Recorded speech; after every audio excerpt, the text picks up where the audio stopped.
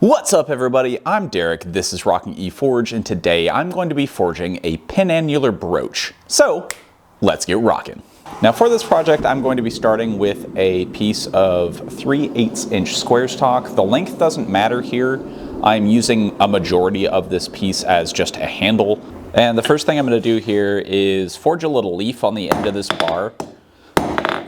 And this is going to be a decorative element. I'm going to put one on both ends of what's going to become the loop.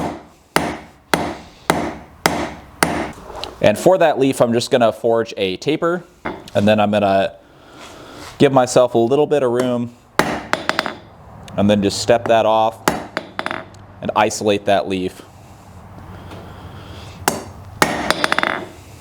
It's better. Then I'm going to isolate that leaf material over the far edge of the anvil on the next heat and blend that into a bit of a stem before moving on to what's going to become the central portion of the brooch.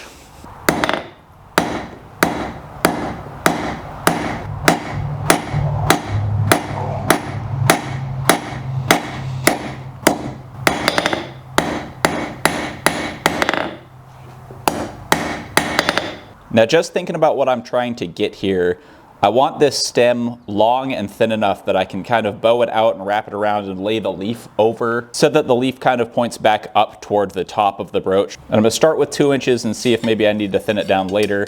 But I've got that down to just inside a 1/4 inch square right at the leaf, and I think that'll be thin enough.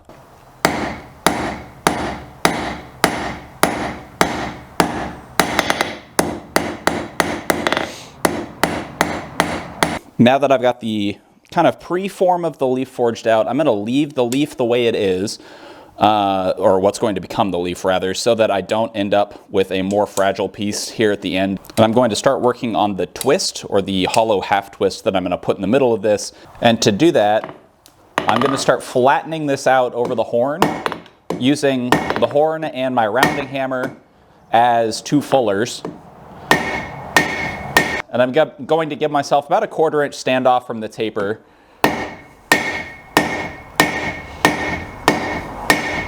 And the reason I'm using the horn is so that this transition is not a sharp corner, and I get more length than spread out of it.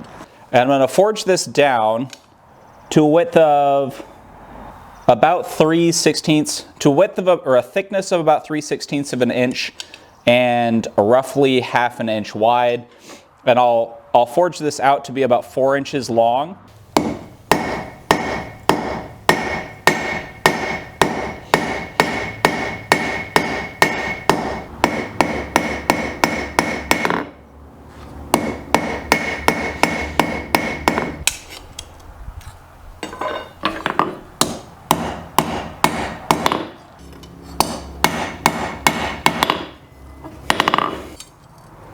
All right, so I've got this forged out to about 4 inches.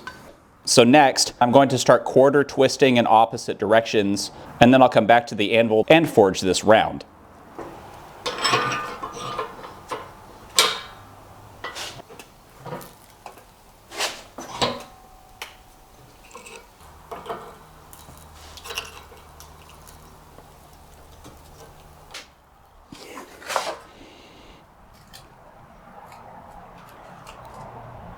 And to show a bit of a close-up of what this is supposed to look like by the end, I've just got a bunch of 1/4 twists alternating directions to the point where I've got this kind of sine wave on either side. And what I'm going to do with this is just forge down on the edge of that ribbon, so to speak, or the thin side of that ribbon. You want all of the force to be through the ribbon so that the edge of the ribbon widens out a bit. You forge everything down in toward the center, and it becomes this kind of round pseudo twist all the way around.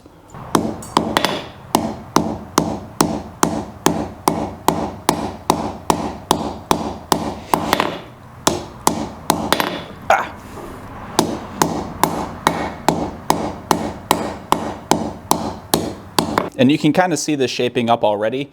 And I'm pretty well just continuously forging the previous edge into itself and forging toward the center. And I'm going to get this down to, I don't know, about anywhere from 3/8 to a 1/4 inch.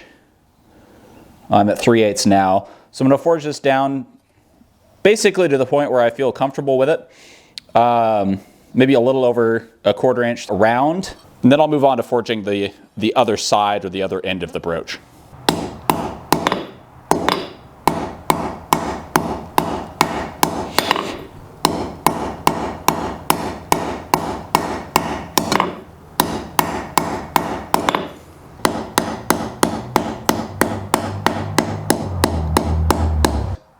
Now that I've got this forged out roughly, I need to figure out how much material I need to devote to a 2-inch taper, because this is going to be the most difficult part of this project.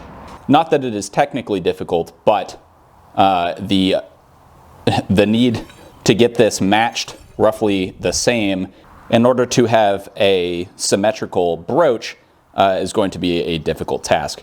I'm basically going to take 1 inch to 1.5 inches. It's better if it ends up thicker, but I get the length out of it because I can remove that material using a file, as opposed to having too little material here to get the length out of it that I need. So I'm going to err on the side of 1.5 inches so that I get the length out of it that I need.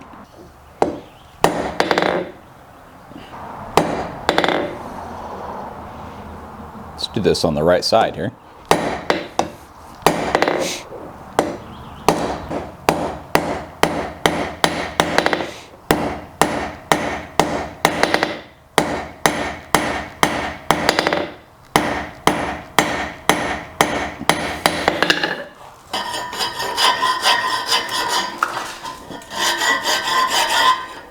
I'm going to forge this into a hexagon, octagon, not hexagon. I've made that mistake in the past. I'm going to forge this into an octagon.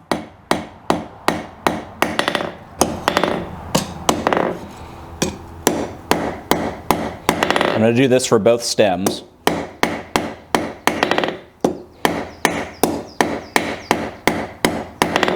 And this is going to set me up to forge this round, and I'm just going to blend this into the central portion of the brooch.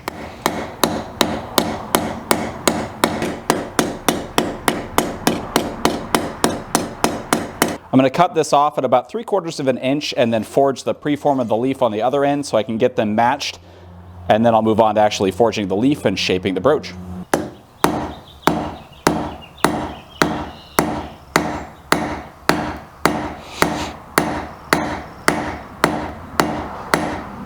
All right, so now's where I get to compare the two leaf preforms, and 3/4 inch was a bit too much material. It's definitely longer on the new end than it was on the old. And to combat that, I'm just gonna cut off that end and then re-taper it so that we're right at the same length as the other leaf, and then each one can be as close to uniform as possible.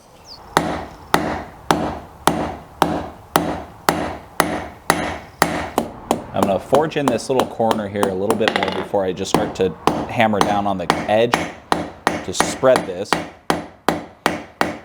And I've got this kind of thick arrowhead forged in here, and what I'm going to do is I'm going to forge what I colloquially call a thick leaf, and I'm going to leave it thick, and I'm going to fuller in to the center line and then fuller in at angles in order to make the leaf shape. And I think this turns out really pretty.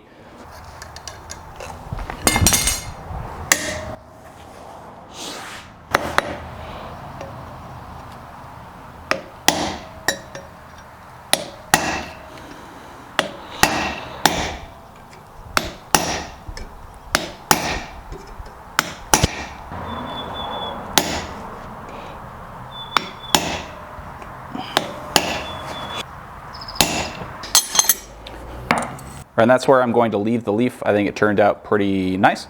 Now I just need to spin this around, flip it over, and forge in the same thing on the other side.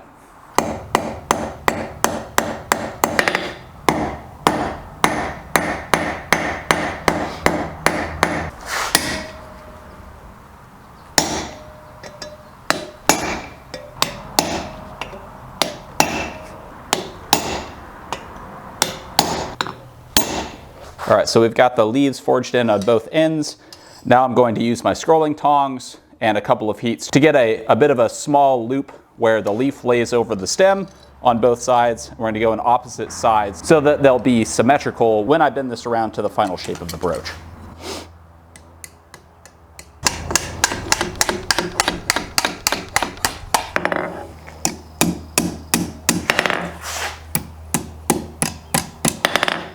Now is where I toss the whole thing in the forge and then get the final kind of as close to circular shape as I can get.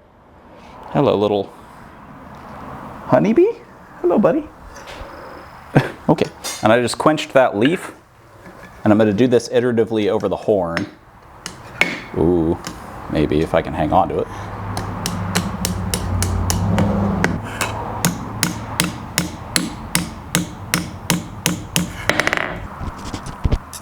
Okay, well that's why.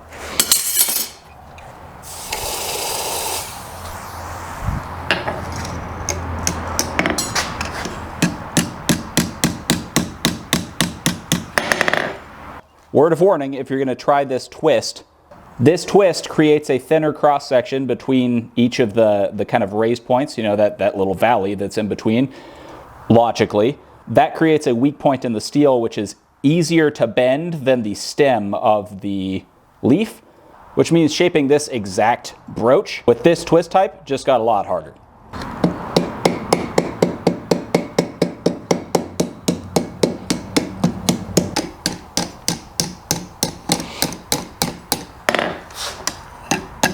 Basically just selectively cooling everywhere I don't want it to bend. Okay.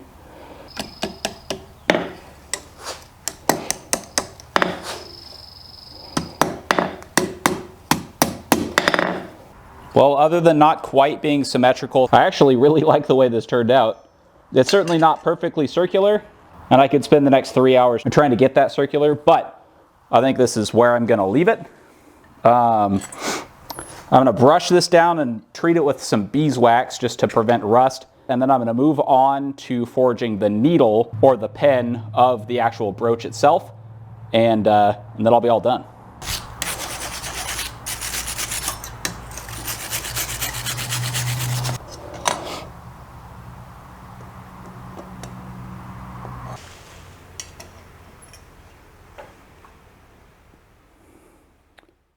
Now for this needle, or the pen, I'm starting with a piece of 3/8 inch round this time, just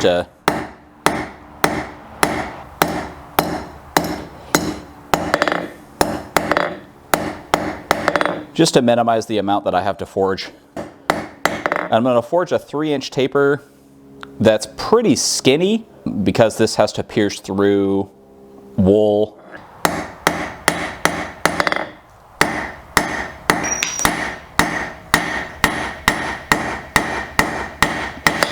So I'm going to leave this pretty simple.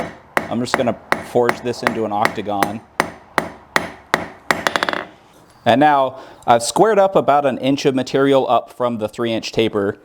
What I'm going to do here is I'm going to cut that off and I'm going to forge that flat in order to make the part of the pin that wraps around the brooch and ensures a proper connection.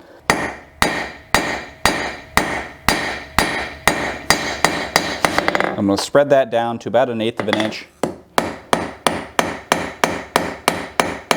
And I used my cross peen there just to lengthen things out a little bit. And then I'm going to do something, I don't know if it's going to work, but I'm going to do something where I only focus on forging on the center line of this. And I'm going to maybe use the cross peen, maybe use a ball peen. I haven't decided yet. Well, I'll talk through as I go.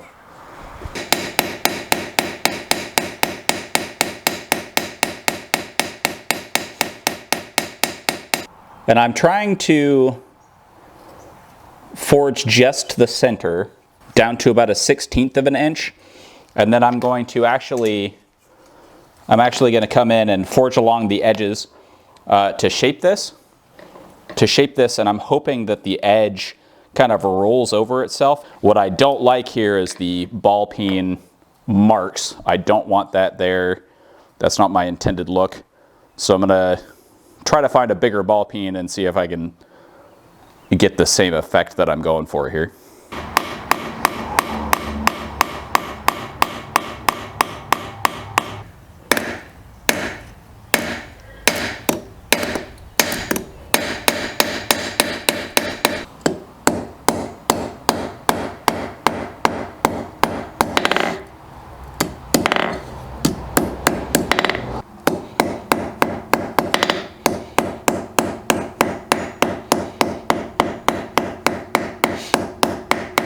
All right, that's kind of what I was going for, not quite.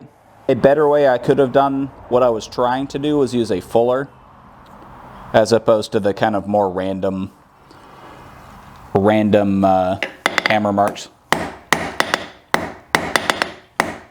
that I got. But I think it turned out all right. Now I've got this 2 inches long. And I think I measured this out to be about 1.25 inches around on the actual brooch. I'm going to cut this off at about 1.5 inches so I get a little bit of slack when I forge this around.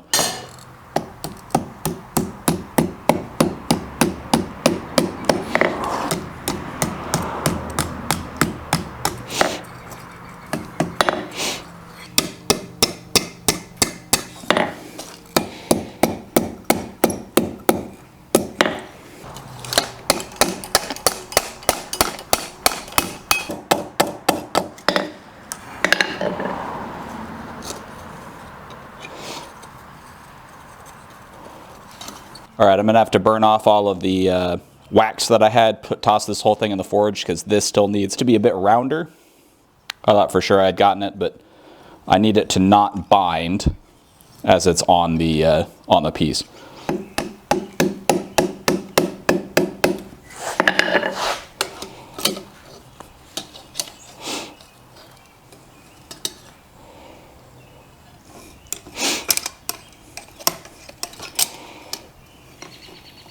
I'm going to use my vise here and just open that up. Now it's very loose, so I can go back and close it up a little bit.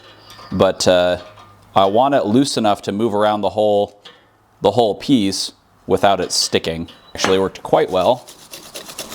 It now moves around the entire thing. This is still hot.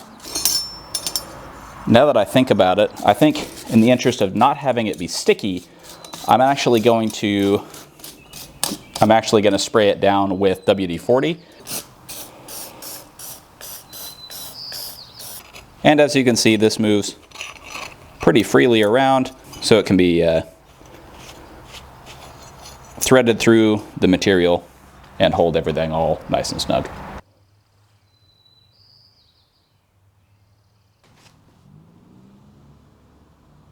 And that is going to do it for today's video. If you enjoyed this video, please drop a like, leave a comment, hit subscribe, ring that notification bell. If you want to support me and the channel further, please consider becoming an honorary striker on my Patreon. That link is in the description below the video, or please consider becoming a member on my YouTube channel. And as always, keep on rocking. And as the last step, I'm gonna wipe this down and get... Okay. I'm not going to touch it for very long.